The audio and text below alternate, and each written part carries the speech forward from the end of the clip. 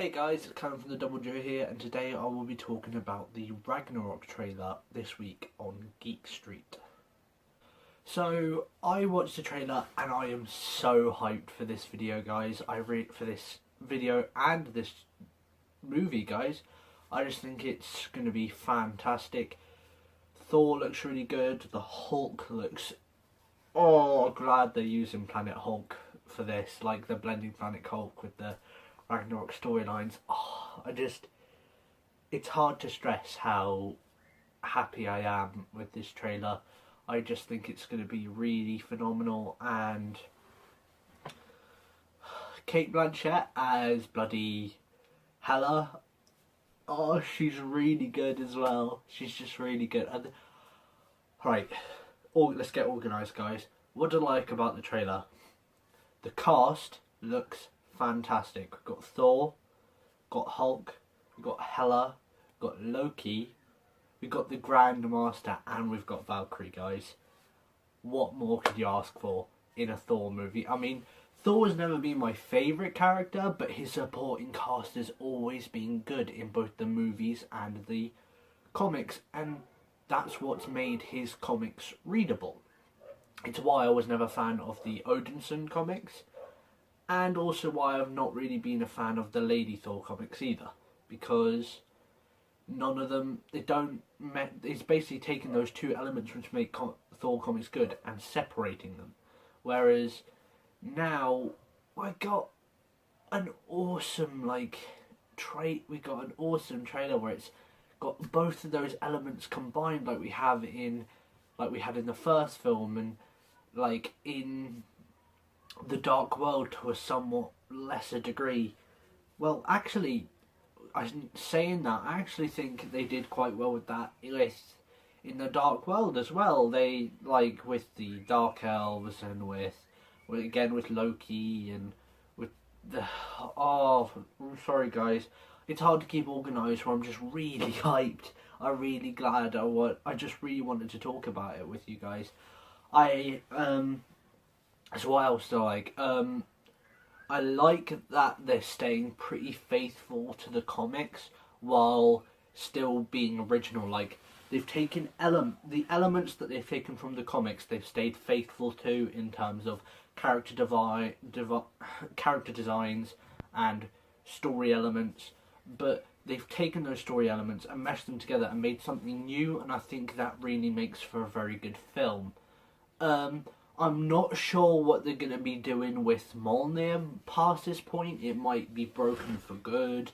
It might get fixed later on. I don't know, but I do know from the concept art for Infinity War that Thor was not using Mjolnir in those anymore, in those concept art, so it might stay broken until at least after Infinity War, which makes sense, but Thor without Mjolnir, it's a severe blow to his power, especially where they've really, shall we say, despiritualized the Asgardians in this universe. Like, they're very science-based.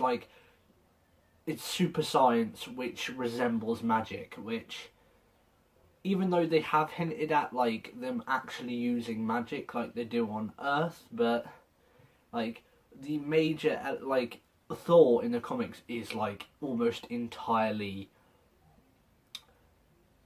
cosmic or magical, where where they have in the movies he's scientific alien, where with slight magical elements, and while I don't particularly like that, it makes sense for what they're trying to do. And considering Mjolnir is a huge part of his skill set, especially in this universe where it's very scientific, I'm not particularly seeing Thor being as powerful as he once was without it. So I guess we'll just have to wait and see what happens. But anyway, what did I not like about this trailer? Well, I don't know, I felt like they could have held back on telling us about Hulk and Loki being in this film until a bit later, because I do know they have held back on telling us about Doctor Strange in the trailers, even though we already know he's going to be in this movie. But for those who don't know, who get all their information from trailers and like video spot, TV spots even, and all that sort of stuff, for those who don't read up, they get all their vital information from trailers. And I feel that while it was a good decision to hold back on introducing Doctor Strange in this trailer, they could have also held back on the like Hulk and like Valkyrie and Hela were kind of vital to like setting the scene.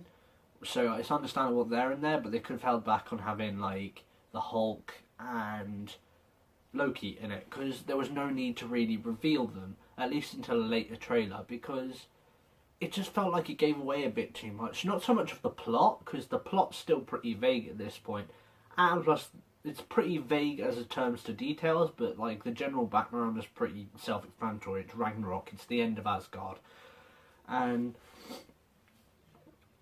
I will say that from this trailer alone, in a side note, it does feel like they are given a lot of credit. This trailer, from the amount of power Hela has, it's kind of giving a lot of credit to like Hela being the Mistress Death of this universe, like Hela and Mistress Death being one and the same, which I don't particularly like, but again, I understand it.